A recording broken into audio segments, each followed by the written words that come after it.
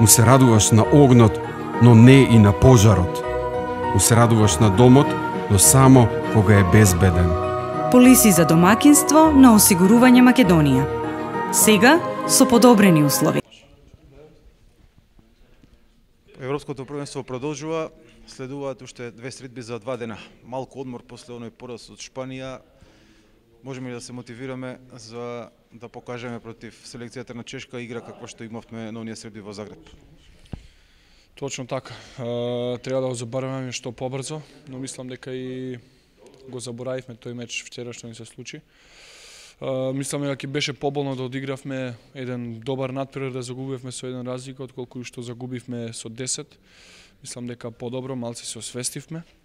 Ќе ни паднеше потешко ако изгубивме со 1 разлика, но што е тука ни остануваат уште 2 средби со селекцијата на Чешка и селекцијата на Данска, каде што ако сакаме да го ствариме тој наш сон, да одиме во полуфинале, кои имаме шанси, но како што кажавте вие, еден тежок, не чека еден тежок пат, 2 утакмици во 2 дена, 2 силни репрезентации, видовме дека имаше изненадување, селекцијата на Чешка ја доби селекцијата на Данска, Данска ја доби Шпанија, ја доби Германија, така да двете селекции се исклучително добри.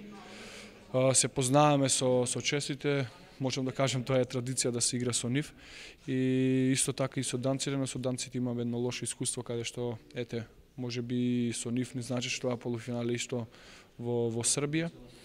Ќе одиме максимално на двете утакмици, ќе се подготвиме максимално. Еве уште од денеска почнеме да се подготвуваме за првиот меч. Мислам дека ако дадеме 150% од нас, можеме да го направиме тој историски успех.